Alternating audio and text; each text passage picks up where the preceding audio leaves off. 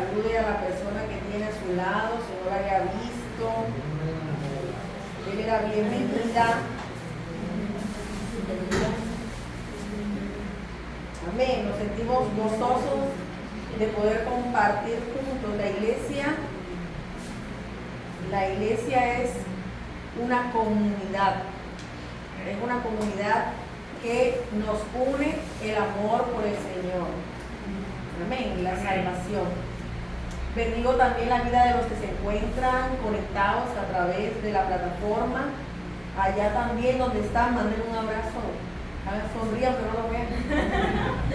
Les mandamos un abrazo. Amén. La bendición del Señor esté sobre sus vidas. Hoy vamos a compartir en un libro que yo no sé por qué nos causa un poco de temor. Sí, vamos a estar compartiendo en el libro de Apocalipsis. Cuando nosotros hemos tenido referencias del libro de Apocalipsis, casi siempre ha sido a través de películas. Y las películas son de un género. ¿De qué género? Como de terror. Entonces cuando uno habla de Apocalipsis, uno está que reprende. Porque la imagen que tenemos de ese libro es que es un libro que cuenta cosas malas de Dios como una condenación. Sin embargo, el Apocalipsis es un libro que está escrito en un lenguaje, es que el lenguaje es el que se llama apocalíptica. Y ese lenguaje es un lenguaje de esperanza. Y resulta que lo que debía ser un lenguaje de esperanza, nosotros lo hemos recibido como algo que causa temor, que causa miedo. ¿Sí? Vamos a leer en el libro de Apocalipsis, el capítulo 2, los versículos del 1 al 7. Dice: mensaje a las 7 iglesias, el mensaje a Éfeso.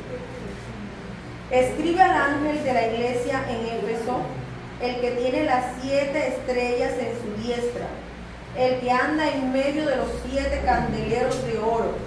Dice esto: yo conozco tus obras y tu arduo trabajo y paciencia, y que no puedes soportar a los malos, y has probado a los que se dicen ser apóstoles y no lo son, y los has hallado mentirosos, y has sufrido y has tenido paciencia, y has trabajado arduamente por amor de mi nombre y no has desmayado. Pero tengo contra ti que has dejado tu primer amor. Recuerda por tanto de dónde has caído y arrepiéntete, y haz las primeras obras, pues si no, vendré pronto a ti y quitaré tu candelero de su lugar si no te hubieras arrepentido. Pero tienes esto, que aborreces las obras de los nicolaitas, las cuales yo también aborrezco. El que tiene oído, oiga lo que el Espíritu dice a las iglesias. El que venciere, le daré a comer del árbol de la vida, el cual está en medio del paraíso de Dios. Amén. Este primer mensaje, esta primera porción, que dice que es el mensaje a la iglesia de Éfeso, como bien lo dice su título, corresponde a uno de los 7 mensajes que el Señor da a las iglesias de Asia. No son las únicas iglesias en Asia. Habían otras iglesias, pero el Señor escoge estas 7 como un prototipo de las situaciones o de las cosas que se presentan normalmente en las iglesias. Y nos vamos a dar cuenta que en ellas está el reflejo de muchas de las cosas que nosotros vivimos, de las cosas que nosotros experimentamos. Le decía que la apocalíptica es un género literario, como decir novela, como decir fábula, como decir, mi hermano, usted que es un cuento. La apocalíptica es una forma de escritura que desarrolló el pueblo de Israel. Y la desarrolló porque normalmente el pueblo de Israel ha estado siempre en conflictos o subyugado. Y en épocas de ese yugo, de esa esclavitud, la manera de comunicarse entre ellos era a través de unas cartas y desarrollaron figuras, de modo que si yo le voy a decir algo a otra persona, si venía el ejército de la nación que los tenía subyugados y les tomaba esas cartas, no entendieran nada. Es como un mensaje cifrado, que usted lo entiende, yo lo entiendo, pero otra persona no lo conoce. Cuando uno está niño, desarrolla una serie de juegos, por ejemplo, cambia las letras por números y uno se manda mensajes escondidos, ocultos. Pero ustedes conocen lo que están diciendo, lo identifican porque el código es mutuo. Pero si venía el papá de uno y agarraba la nota, no sabe ni por dónde va a tabla. ¿Cierto? Esto fue lo que hicieron los judíos. Desarrollaron un lenguaje de símbolos a través del cual ellos pudieran decir sus estrategias o sus mensajes de esperanza y demás a través de figuras. Entonces nosotros leemos el dragón y la gran bestia y de 4 y de no sé cuántas cabezas y tenía y el cuerno chiquito y no sé qué, y eso todo nos causa temor, porque lo extraño o lo oculto nos causa temor.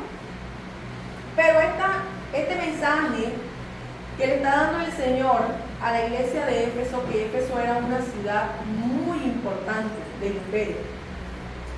La diosa Diana era adorada en esa ciudad, era venerada. Ellos eran una nación muy, muy idólatra, ¿sí? Entonces, le entrega un mensaje que si nosotros comenzamos a desglosarlo, bueno, aquí nos dan horas, pero vamos a resumir básicamente las partes que tiene este mensaje. Le hace una descripción de cómo es la iglesia, le hace unas exhortaciones y le da unas recomendaciones. ¿Cierto? Si ustedes detallan lo que el Señor está diciendo, están estas 3 partes. Lo primero es el reconocimiento del Señor. ¿Y qué le dice a la iglesia? A ver, ¿qué leímos ahí? ¿Qué les valora el Señor? ¿Cómo era la iglesia de Éfeso? Su trabajo y la perseverancia. Que eran perseverantes, que trabajaban duro. ¿Qué más les dice? Tenían paciencia. Qué bonito que el Señor dijera que la iglesia remanente es una iglesia que tiene paciencia. Amén. ¿A cuánto le falta la paciencia? Amén. ¿Cuánto le falta paciencia? Amén. Levante la mano. Que usted dice, ay Dios mío, dame paciencia. Pero mira, el Señor elogia a Éfeso por ser una iglesia paciente. Y además le dice que ellos han trabajado, no trabajado de cualquier manera, dice que han tenido un trabajo arduo. ¿Sí? Gracias. Y les dice además que tienen madurez. Porque resulta que parece que en Éfeso se habían infiltrado falsos profetas, falsos hermanos, y tienen la capacidad de discernir los malos.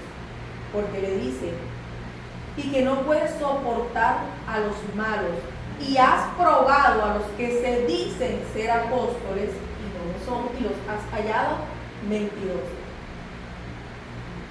Nosotros hemos leído cuando el Señor dice que el enemigo se mete, ¿verdad? Como una oveja, pero en realidad ¿qué es? Disfrazado de hombre. Esa figura a nosotros nos dice es aquellos que simulan una bondad, pero en su corazón hay maldad. Y eso pasaba en la iglesia. Y uno dice, en la iglesia, ¿cómo va a ser? Sí pasaba, sí pasa y sí pasará. ¿Por qué?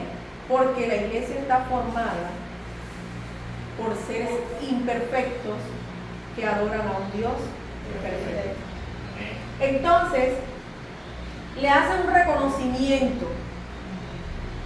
Y en medio de estas cosas que le dicen, estos elogios, uno dice, pero si están haciendo las cosas bien, ¿por qué hay un reproche? ¿Por qué si es una iglesia que está trabajando, es una iglesia que tiene paciencia, que tiene discernimiento, que tiene madurez? Porque esta iglesia le va a llamar la atención. Ah, es que ha perdido su primer amor. El primero, pero después no tiene el segundo. ¿Por qué para el Señor es tan importante el primer amor? Y un escritor explicaba esto a través de una relación de pareja, donde dice que una mujer llega y le pone la comida al esposo, se la coloca allí, hace el aseo, hace el oficio, mantiene la casa lista, no sé qué, pero le dice, yo cumplo con todo, pero no te amo. O sea, yo lo hago porque yo tengo que hacerlo, porque es que yo soy tu esposa. Tengo que hacerlo. Y le hace todo, pero le dice, pero no te amo. ¿Cómo se siente esta persona? ¿Ustedes creen que eso es algo que le traiga felicidad o agrado? Cuando alguien hace algo por ti, ¿qué esperas tú de esa persona? Que lo haga porque quiere, porque le nace por amor, porque te estima, etc. No por una obligación o por un compromiso. Y nosotros como iglesia debemos entender que todo lo que hacemos para el Señor, si no tiene la motivación del amor para el Señor, eso no es tan valioso. Él lo reconoce, pero no es lo que espera. Eso que hacemos debe ser el fruto o la demostración del amor que nosotros sentimos por el Señor, pero no reemplaza el amor.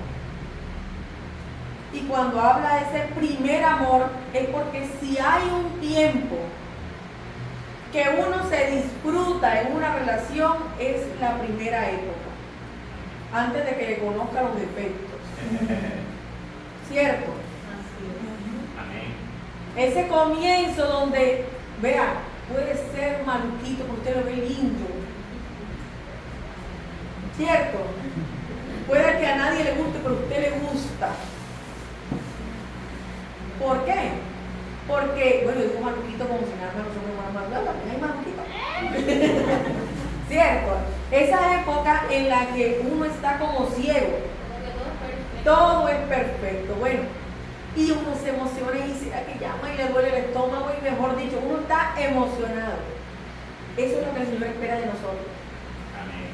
Que cuando tú te vas a acercar a orar, oye, te dé cosquillas en la barriga, te dé, ¿cómo que dice la gente? Mariposas en la barriga.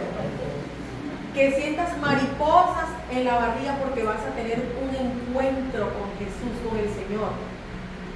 Y que eso debe emocionar. Pero esta iglesia, dice, había perdido esa emoción. Y quizás precisamente el estar ocupados haciendo tantas cosas nos hacen olvidar lo que realmente vale la pena. Nosotros somos una iglesia nueva, iniciante, y la pandemia nos dejó como en puntos suspensivos, ¿verdad? Y estamos retomando. Y hay cosas que nos invita el Señor y que nos está moviendo el Señor a comenzar a hacer. Pero desde ahora el Señor, creo, quiere afinar, y es a que no nos volvamos activistas y que no nos volvamos el centro de nuestra relación con el Señor. No pueden ser las obras, tiene que ser el Señor. Amén. Y todo aquel que llegue tiene que reconocer que lo más importante es Dios, no las actividades. Las actividades son para complementar, para vivir, para hacer comunidad, como les decía. Pero el centro de la iglesia es Jesús. Y sabe una cosa que que compartíamos hace unos días respecto a, nosotros tenemos un proyecto de construir un segundo piso y hacer el salón arriba. ¿Sí? Hacer el salón, si el Señor nos lo permite, yo creo que iniciaríamos este año con la ayuda del Señor. De iniciar. Pero ¿sabe qué pasa? Cuando de pronto yo llego y para muchos dicen es una casa. Pero la iglesia nació en una casa. La iglesia nació en las casas de los fieles que conocían al Señor, porque no podían reunirse.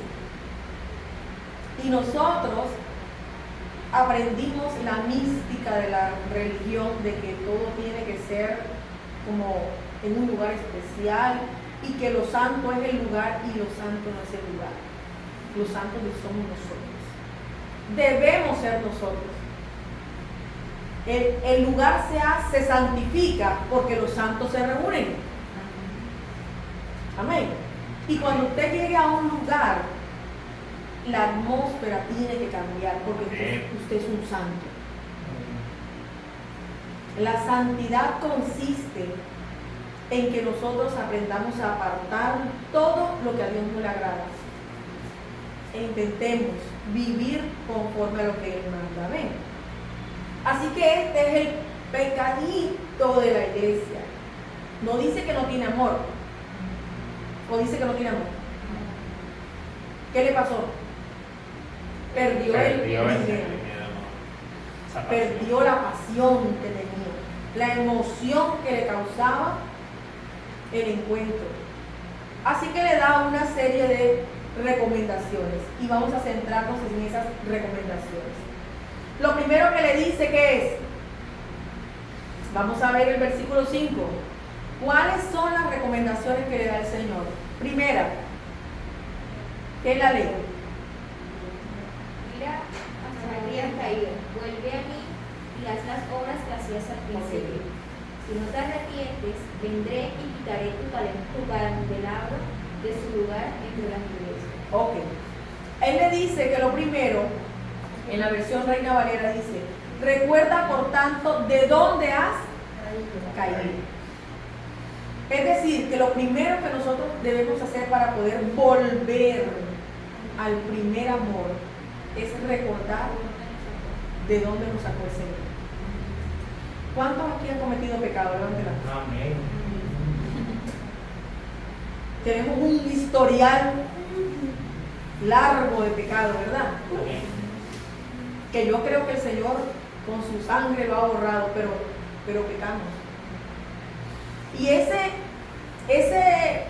discernimiento, esa buena expresión, esa conciencia de que nosotros hemos sido pecadores, es lo que nos debe motivar, nos debe ayudar a nosotros siempre recordar el inmenso amor de Jesús. Hace un momento celebramos la cena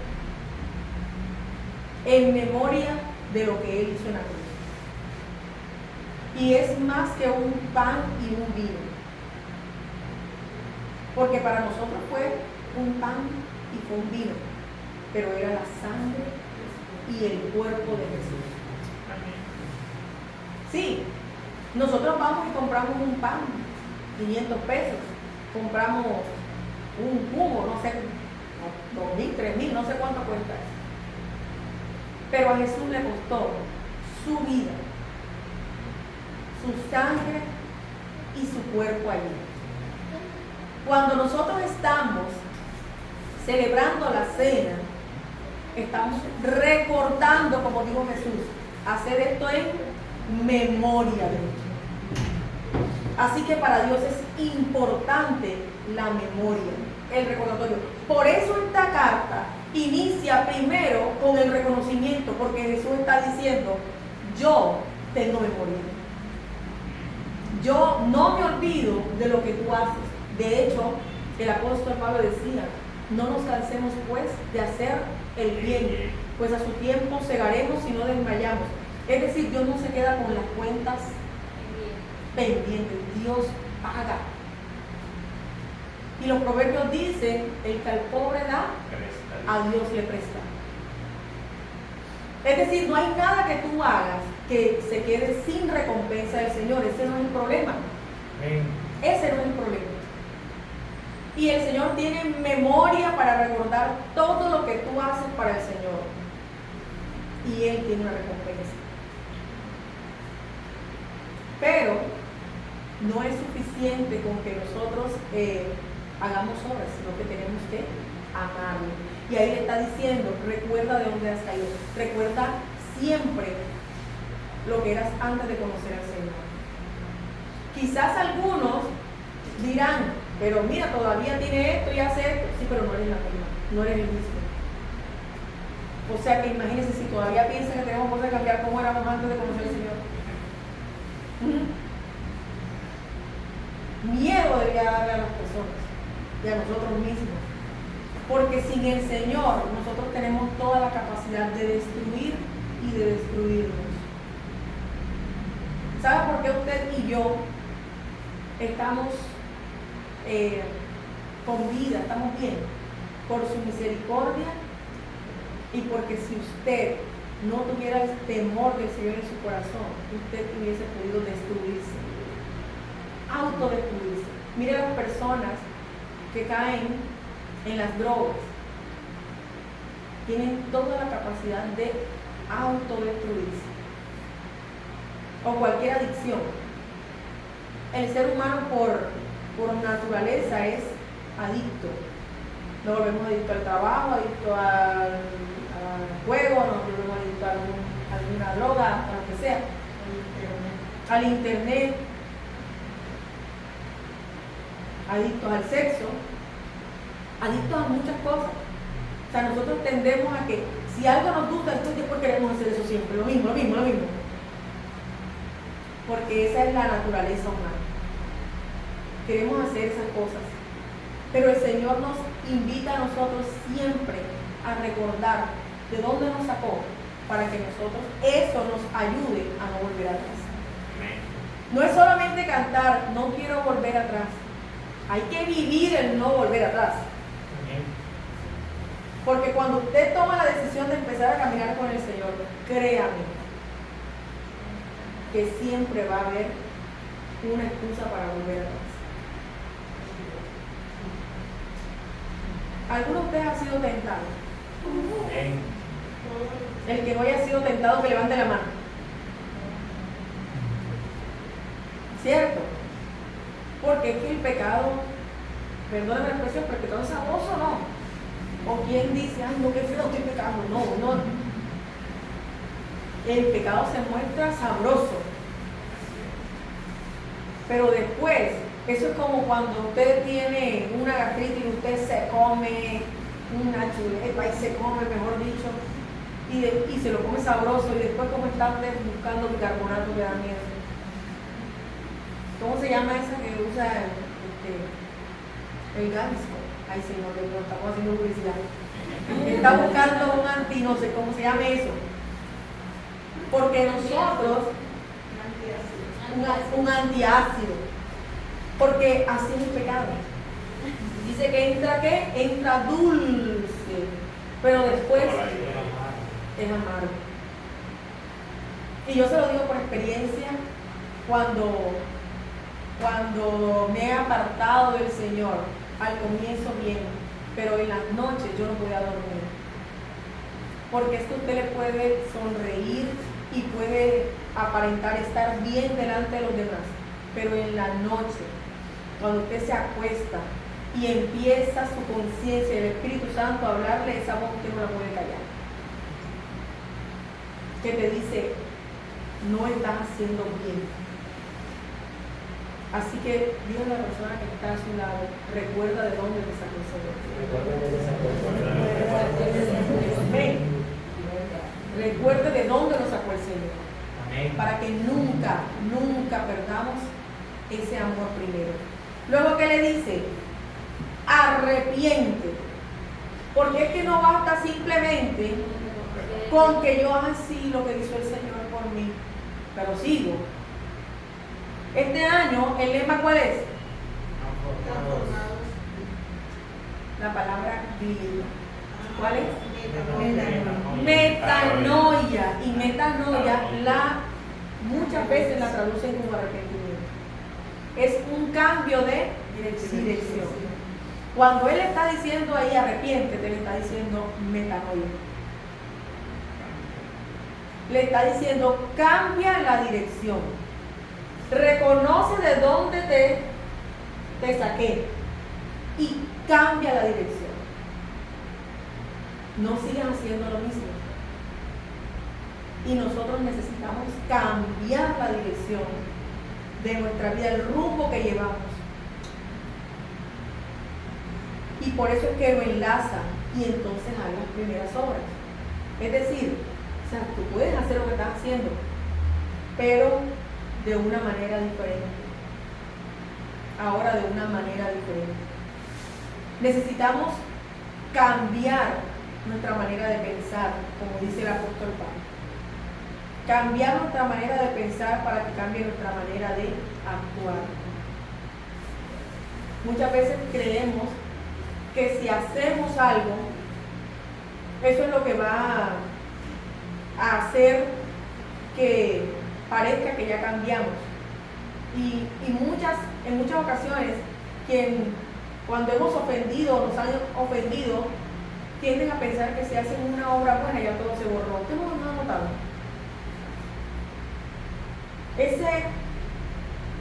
Ese esposo, ese hijo que hace siempre lo malo, le está dando a usted con ese amigo que siempre te defrauda, pero entonces un día hace algo bueno y dice, pero no te acuerdas que hice tal cosa, pero todo lo demás que hizo, no. Y creen que con un acto ya fue suficiente. Pero el cambio de dirección significa que usted debe cambiar completamente el rumbo que llevaba, las maneras de actuar, la manera de comportarse. ¿Cuántos aquí sienten que han sido transformados por el Señor? Levante la mano. Y hay cosas que usted ha dejado de hacer, ¿no? Amén. Y todavía nos hace falta muchas cosas.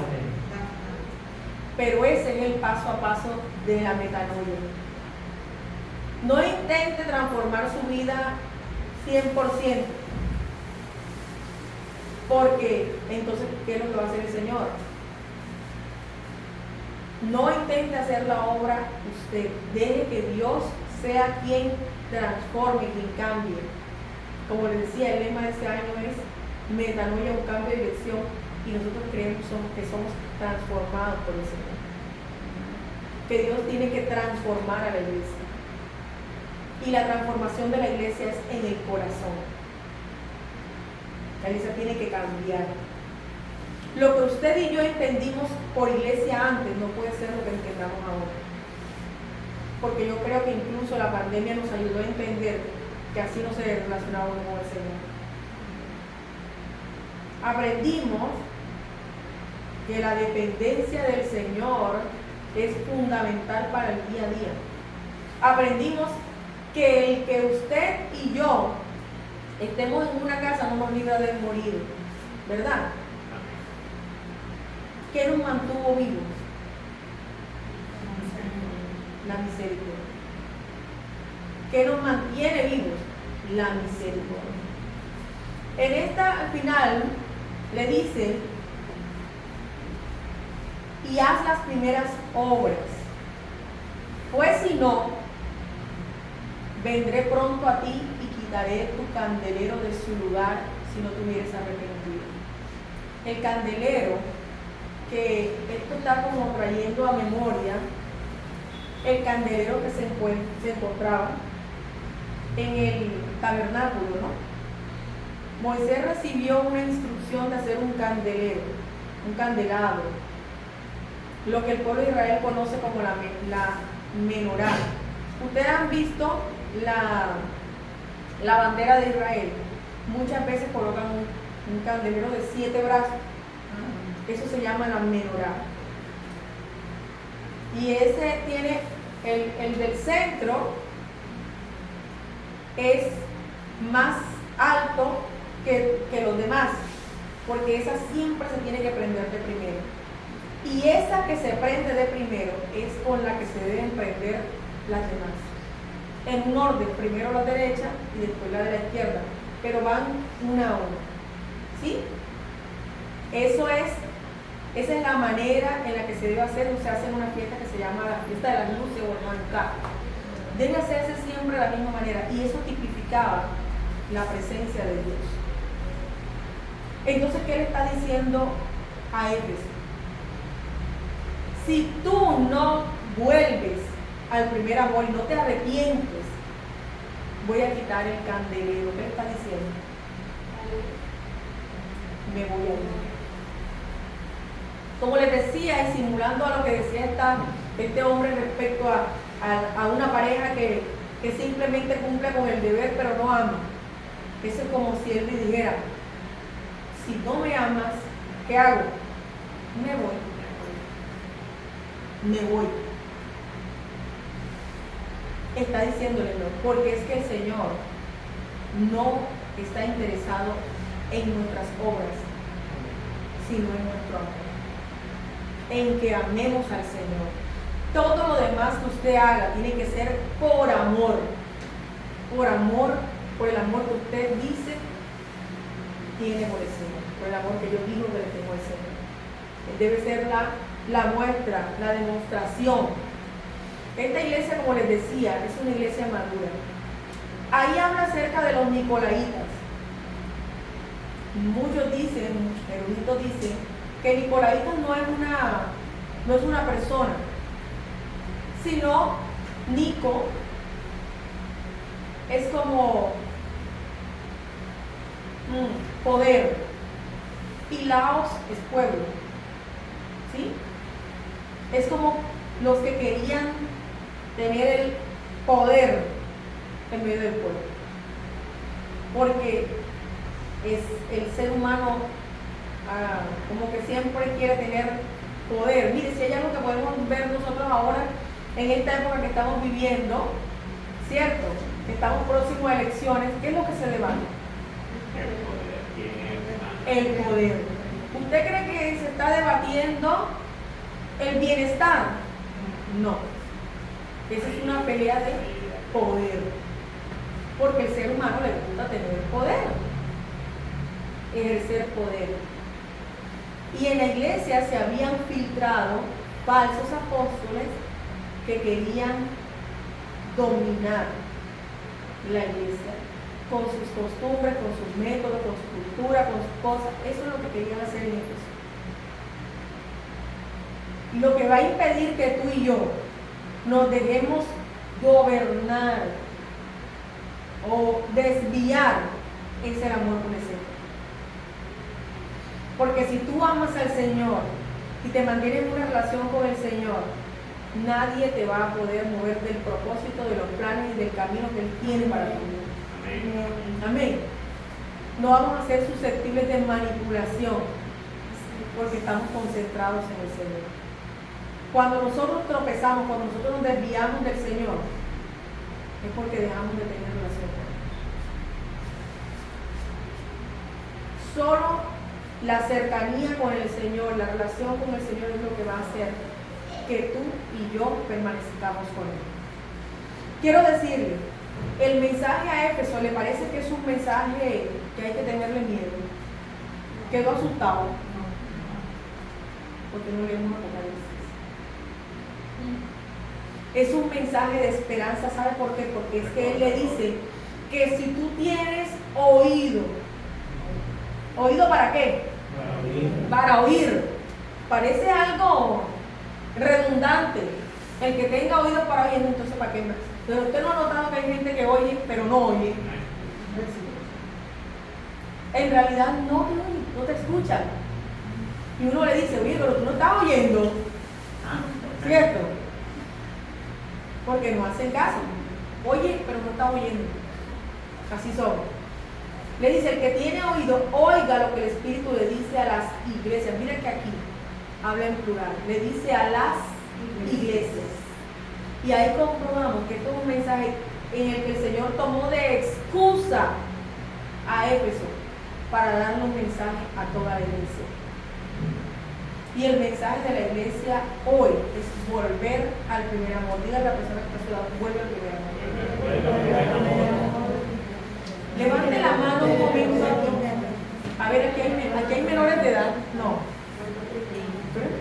Todos tienen cara de viejo. Levante la mano el que se ha enamorado alguna vez. Ahora no quiere levantar la mano, te estoy viendo. Bueno, porque dije una vez. ¿Alguna vez? ¿Cierto? Bueno, eso que sentiste, aunque después haya salido pirata, uno no sabe. Pero eso que uno sintió la primera vez, piensen que eso es lo que quiere el Señor. Que tú sientas. Amén. Eso es lo que Dios espera que tú y yo experimentemos cada vez que nos acercamos al Señor. Yo me gozo, amados, yo me gozo cada domingo cuando voy a venir a tu lugar. Amén. Y yo me levanto y yo me acuesto pensando, mañana qué me voy a poner, mañana, porque para mí es un tiempo especial con Dios. Y no me gusta ir de cualquier manera. Nosotros tuvimos una experiencia, no voy a entrar en mayores detalles de nombres, pero nosotros tuvimos una experiencia en una congregación que exigían un vestuario particular. Sí, pero al contrario, de pronto de ser ir bien vestidos, nosotros sentíamos, yo sentía, no voy a hablar por donde no voy a hablar por mí, yo sentía que querían que fuera mal vestida. ¿Sí? Tenía que ir pues con jean y con camiseta. Y no tengo nada en contra del jean y la camiseta. Pero yo no visto así normalmente. Usted sabe que cada uno tiene como su estilo. Ya. Es más, cuando usted va a dar un regalo dice, él se ve pintada en Dira. Ahí me voy pintada porque me conoce. Mira, vi una blusa, me dice mi amiga. Vi una blusa y esa precisa para usted. Porque lo conoce. Y yo sentía que no estaba bien. Y lo que más me dolía no es porque me fueran a ver elegante, no, sino que yo quería estar bien arreglada porque yo iba a un encuentro con el Señor. Amén. No se trata de ponerse extravagante, sino que cada uno de nosotros tiene una forma de acercarse al Señor y de querer estar. Para mí, yo puedo conocer al Señor en muchas facetas, pero para mí, cuando yo me acerco a Dios, si hay una forma que lo he conocido a Dios, es como mi Padre. Sí, y a mí me gusta honrarlo. La figura más hermosa que yo tengo de Padre es la de Dios. Mi papá cometió fallas y yo amo muchísimo a Dios, pero cometió fallas. Pero eso no desdibujó, al contrario, demostró que Dios es un Padre perfecto. Cuando yo estoy con el Señor, yo quiero estar bien, yo quiero que Él me vea bien, que se sienta orgullosa de mí. Para otras, de pronto Dios es su amigo y uno con el amigo anda chévere, no, anda relajado, ¿cierto? Para otros el Señor es su amado y usted se pone bien coqueta, bien coqueto, bien lindo. O sea, Dios es padre, es amigo, es esposo, es guía, es muchas cosas. Pero hay algo que marca en tu vida. Amén. Hay una faceta del Señor que marca tu vida. Y que eso motive tu vida a renacer, a revivir ese primer amor. Amén. Vamos a colocarnos sobre nuestros pies. Y vamos a pedirle al Señor en esta mañana que nos ayude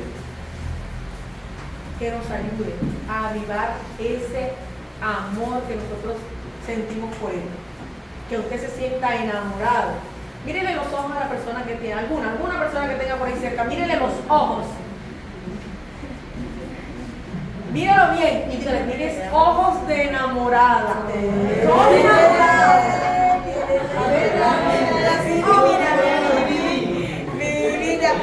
Cierto, mírenle los ojos como le brillan. Amén. Pero enamorados del Señor, ustedes se dan. Padre, te damos gracias en esta mañana. Gracias por tu amor y por tu misericordia. Gracias, Señor, por hablar a mi vida. Y yo creo que tú has hablado a tu iglesia también hoy. A convidarnos a volver a ese primer amor, Señor. Esa emoción que sentimos, Señor, al encontrarnos contigo. Padre, que eso nunca se nos olvide. Gracias porque tú nos rescataste del pecado, de malas palabras, de una vida desordenada, de groserías, de iras, de contiendas. Nos sacaste, Señor, de glotonerías. Nos sacaste de cosas que nos estaban destruyendo, Dios. Gracias por rescatar mi vida y por darle un valor, Señor. Y aunque sé y aunque reconozco que me falta, al igual que a mis hermanos, valoramos lo que has hecho hasta ahora con nosotros. Quiero que traigas a memoria de cada uno de nosotros lo que tú has hecho por nuestra vida. Porque nunca se me puede olvidar hasta dónde hubiera podido llegar si tú no te hubieras atravesado en mi vida. ¿Qué estuviera yo haciendo en este momento si no fuera porque tú, Señor, en tu misericordia, me llamaste, me buscaste? Y aunque fuimos esquivos y aunque a veces no prestamos atención, aunque fuimos testarudos muchas veces, Señor, tú no te cansaste, tú no te rendiste. Te doy gracias, Señor, porque fuiste como aquel que está conquistando insistentemente y que no se rinde hasta que consigue, Señor, enamorar. Enséñanos a valorar ese amor que tú nos has dado, que tú has manifestado, a cambiar la dirección de nuestra vida, a arrepentirnos, Señor, y reiniciar de nuevo nuestro andar, Señor, contigo, Padre del Cielo. Bendice a mis hermanos, bendice a la iglesia, los que están conectados, los que se encuentran presentes, sus familias. Señor, que esta sea una iglesia que se caracterice por el amor, por tu amor, Señor. Personas que te amen de verdad, personas que en su corazón tú seas la prioridad, que tú seas lo primero, Señor. Gracias te damos en esta mañana, en el nombre de Jesús.